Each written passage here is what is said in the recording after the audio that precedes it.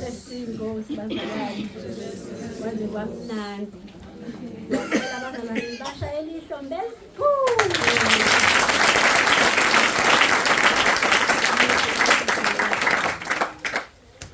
Siyabonga kakhulu bazalwane ngenkonzo yaSunday School.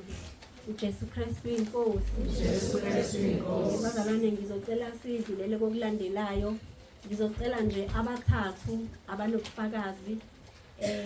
Umuntu emunye ngizocela ukumnika u5 minutes. uJesu Kristu Inkosi. Webathandwa yeki. Bazomala usukume ofakazi kuphela.